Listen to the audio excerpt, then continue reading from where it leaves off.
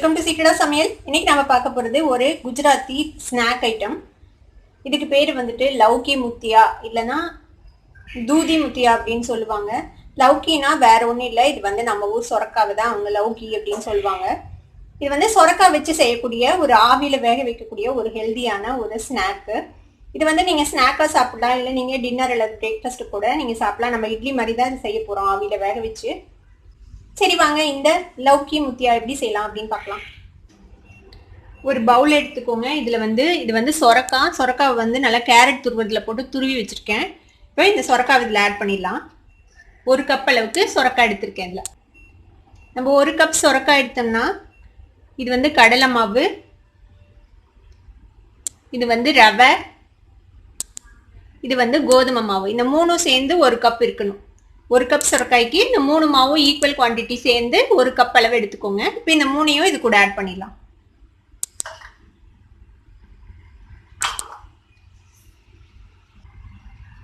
இது கூட கொஞ்சமா மஞ்சள் பொடி சேர்த்திக்கலாம். இதுக்கு தேவையான அளவுக்கு உப்பு சேர்த்திக்கலாம். 1 டீஸ்பூன் அளவுக்கு எண்ணெய் விட்டுக்கோங்க. இது வந்து ஒரு அரை பழத்தோட லெமன் ஜூஸ் எடுத்து வச்சிருக்கேன். இந்த ஜூஸ் இதில் விட்டுடலாம் ஒரு புளிப்பு டேஸ்ட்டுக்காக. இது ஒரு பச்சை மிளகாய் நல்லா ஃபைனாக சாப் பண்ணி வச்சுருக்கேன். கொஞ்சமாக இஞ்சியும் நல்லா ஃபைனாக சாப் பண்ணி வச்சுருக்கேன்.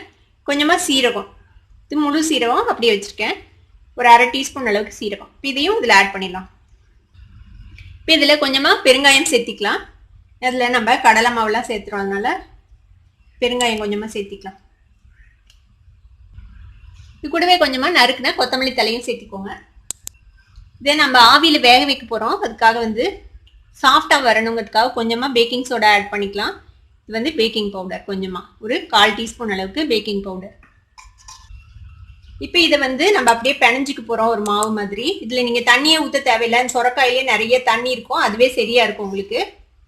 2 ஈக்குவல் குவான்டிட்டி போட்டிங்கன்னா இந்த அளவே சரியாக இருக்கும் இதில் மாவு பிணையிறதுக்கு. இப்போ இந்த மாவை வந்து நம்ம இட்லி வேக வைக்கிற மாதிரி ஆவியில் வேக வைக்க போகிறோம். கொஞ்சம் நீளமான உருண்டைகளை உருட்டி இதை வந்து வேக வைக்க போகிறோம். நம்ம இதை வேக வைக்கிறதுக்காக நான் தண்ணி சுட வச்சுருக்கேன், அடுப்பில் காஞ்சிட்டு இருக்குது. இப்போ இந்த மாதிரி ஒரு இட்லி தட்டு எடுத்துக்கோங்க. இட்லி தட்டில் வந்து நல்லா ஆயில் அப்ளை பண்ணிக்கோங்க. இது ஒட்டாமல் இருக்கணுங்கிறதுக்காக எல்லா பக்கமும் ஆயில் அப்ளை பண்ணிட்டேன். உங்கள் கையிலையும் கொஞ்சமாக எண்ணெய் தடவிக்கோங்க. இப்போ இதை கையில் எடுத்து இப்படி நீல வாட்டில்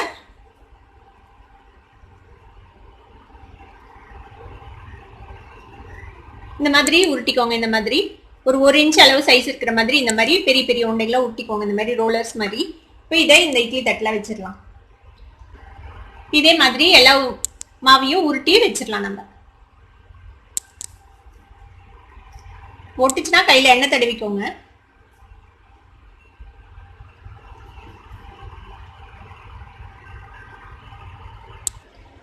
இப்போ பாருங்க, இந்த மாதிரி நம்ம எல்லா மாவையும் இந்த மாதிரி ரோலர்ஸ் மாதிரி உருட்டி வச்சிட்டோம். இப்போ இதை நம்ம ஆவியில் வேக வைக்க போகிறோம். இப்போ பாத்திரத்தில் தண்ணி நல்லா கொதிச்சுட்டு இருக்குது. இப்போ இதுக்குள்ளே நம்ம இதை ஆவியில் வேக வச்சிடலாம். இது வந்து ஒரு 15லேருந்து 20 நிமிஷம் வேகணும். இது வேக வரைக்கும் நம்ம வெயிட் பண்ணலாம். இதை மூடி வச்சிடலாம். ஒரு 15 மினிட்ஸ் கழிச்சு பார்ப்போம். இப்போ ஒரு 15 மினிட்ஸ் வேக வச்சு நான் அடுப்பு ஆஃப் பண்ணிட்டேன். இப்போ இது வெந்துருச்சான்னு பார்ப்போம். இது வெந்துருச்சான்னு செக் பண்ணுறதுக்கு இந்த மாதிரி ஒரு கத்தி எடுத்து இன்சர்ட் பண்ணி பாருங்கள். மாவு ஒட்டாமல் வந்துச்சுன்னா இது நல்லா வெந்துருச்சுன்னு அர்த்தம். ஒருவேளை வேகாமல் இருந்ததுன்னா இன்னொரு 5 மினிட்ஸ் எக்ஸ்ட்ரா வேக வச்சு எடுத்துக்கோங்க. இப்போ இதை கொஞ்சம் ஆற வச்சுக்கலாம். இப்போ இது ஓரளவுக்கு ஆறிச்சு. இப்போ இதை வந்து நம்ம ரவுண்டாக கட் பண்ணிக்க போகிறோம். இதை கட் பண்ணி நம்ம தாளிக்க போகிறோம். கொஞ்சமாக எண்ணெய் விட்டு இதை தாளித்து எடுத்துக்க போகிறோம். இந்த மாதிரி ரவுண்ட் பீசஸாக இதை வெட்டி வச்சுக்கோங்க.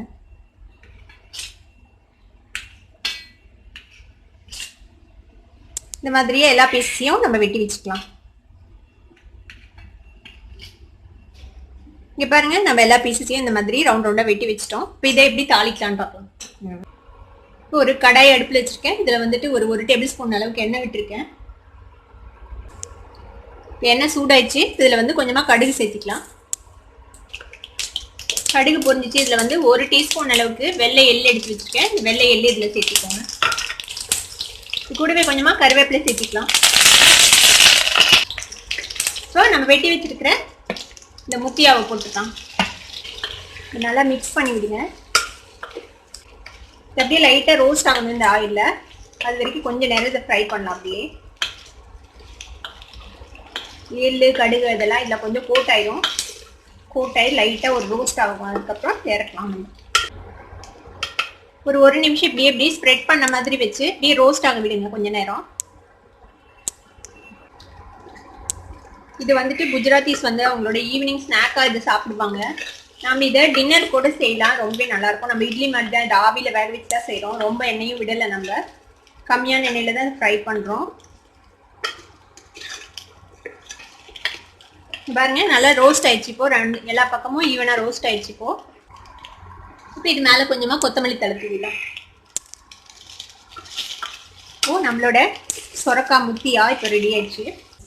இந்த சொரக்காய் முத்தியாவை நீங்களும் உங்கள் வீட்டில் ட்ரை பண்ணி பார்த்துட்டு எப்படி இருந்தது அப்படின்னு கமெண்ட்ஸில் ஃபீட்பேக் கொடுங்க. இந்த வீடியோ உங்களுக்கு பிடிச்சிருந்தா சப்ஸ்கிரைப் பண்ணுங்கள். பக்கத்தில் இருக்கிற பெல் ஐகானை கிளிக் பண்ணுங்கள். அப்போ தான் என்னோட நோட்டிஃபிகேஷன்ஸ் உடனே உங்களுக்கு வந்து சேரும். லைக் பண்ணுங்கள், ஷேர் பண்ணுங்கள். தேங்க்யூ ஃபார் வாட்சிங் this video viewers. Bye bye.